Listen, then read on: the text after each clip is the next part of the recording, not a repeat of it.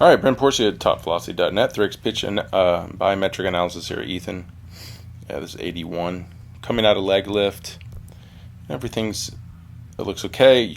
Could have had a little bit more forward and down movement through the hips. Trunk's really counter-rotating. Don't like how the arm's already lifting or cocking. We don't want to get to the cocked position with the throwing arm, which Ethan's technically there, until front foot strike. So very early with the arms. We want to keep the arms down or more relaxed. The elbows could be coming up, but not the hands. At this point, besides, like I said, the hip moving more forward and down the same rate, everything looks good. And then here, right before leg drive, front side opens, back side just turns over. So there's really no leg drive here. So what we're looking for too is in this loaded position that there's a little bit more. So the hips need to be in a more neutral position. You can see they're kind of in an anterior pelvic tilt. So not a lot of loading into the glute and hamstring here. So that could be a weakness issue, but the back's kind of rolling. We need to get more into the hamstring, loaded into the glutes. That'll stabilize the hips better too. And like I said, initially need to move more forward and down at the same rate. So if I use the drawing tool to kind of show where we need to be at this point, we're trying to get more than likely more abduction here. So the hip ideally would be lower, and the femur would be back like this, and the tibia here. It's not that the tibia needs to go down farther, the force vector. It's just, I would say that hip's really not abducting that much. So if we look at hip abduction here, we can go into like the hip angles here. We see the right hip abduction is 21, something around 30, 35, even farther, maybe closer to 40. Before that leg wants to go in, I mean, ideally it should be in the 40s. And ultimately, if the hips, if we're loaded into the glutes and the hamstrings, the hips are more stable, would allow that. So it could be just the issue of not being in a good loaded posterior position or posterior chain.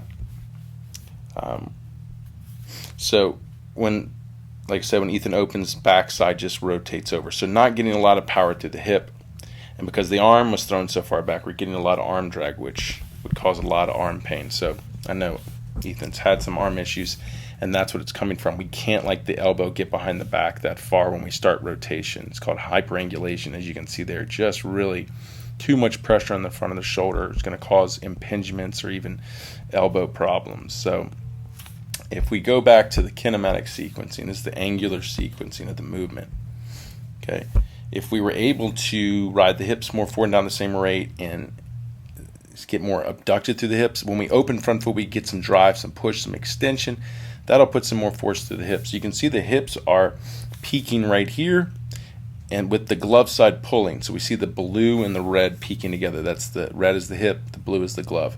They're pulling together in rotation. It's causing the arm, because the arm swung behind the back, to really get caught behind, and then the trunk's very quickly to rotate, it peaking here with the green.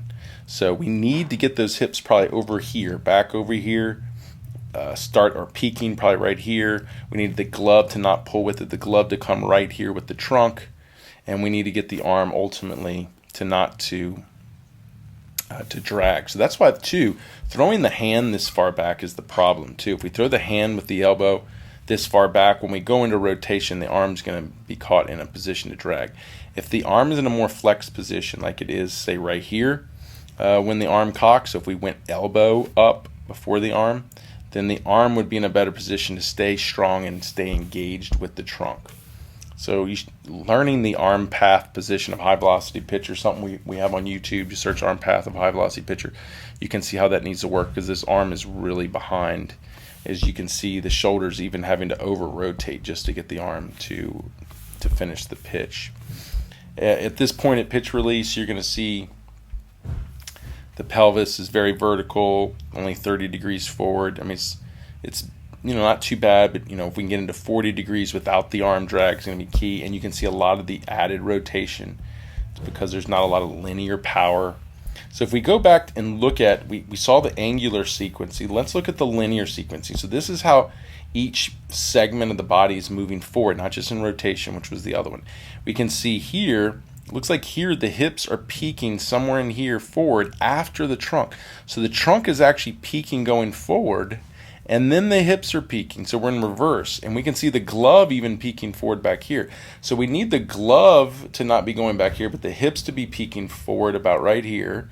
Then the trunk way out here should be peaking, because what's happening at point of pitch release right here, the trunk is completely shut off at pitch release, where there's no energy. We should have the trunk about right here before internal rotation at its peak, and you can see it's almost completely turned off.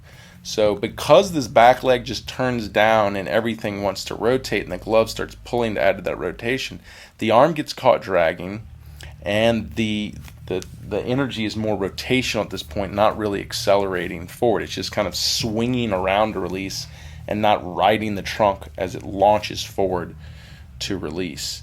Also, too, the front leg doesn't really get active as well in drive. So it's just like going back to the drawing board, trying to learn to drive and get extension through the back leg, triple extension through the back leg to push the hip ahead, and keep the arm flexed as you cock the arm. Don't throw the hand really far back, and then the arm will ride the trunk better, and then just getting all that energy to want to transfer forward and push the trunk forward.